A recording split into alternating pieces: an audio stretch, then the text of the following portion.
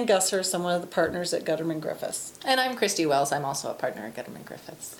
When I was a little girl and my parents got divorced, children weren't allowed to play with me because I came from a divorced family. Very rare. I was in a Catholic school, and I was the only child in the entire school whose parents were divorced. Yeah. And it was a very odd thing, and it was a stigma. Nowadays, it's normal. In fact, it's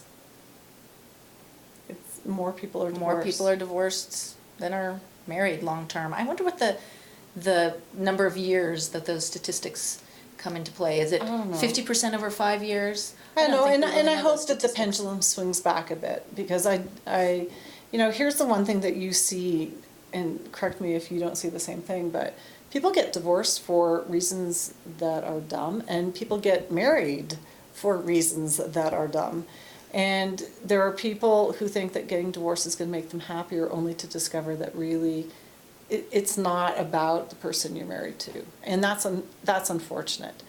When I went to law school, I was in the first class that had more women graduating than men in the history of the law school. And it's one of the oldest law schools in North America.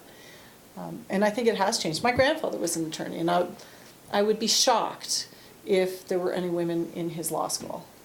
Yes. So, it has really, really changed. It was, and I do think that the fact that we have more, that we're all women in terms of the partnership role. We do have male attorneys in our office. We always have. And we hire and work with men, and I represent probably equal numbers of men and women.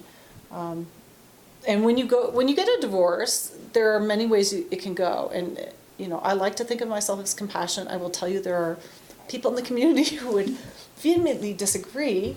But the idea is to try and give people as much and not too much of what they need in terms of representation. And I don't think that being a part of a firm with many women shareholders changes how we view cases. I think that a lot of us bring to the table a sense that, we want to do what's right for the family. We have an ethical obligation to zealously represent our clients. But frankly, I don't participate in cases where zealously representing my client means that I'm going to be hurting a child. I can excuse myself from that. And I don't think that there's a sense of skewing one way or another. We're not an all-women focused firm or a daddy's rights firm.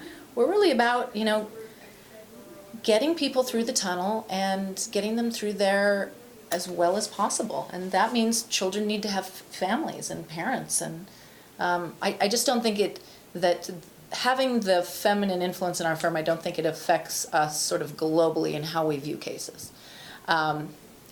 It does affect our management somewhat. Our board meetings start with a check-in on our personal feelings.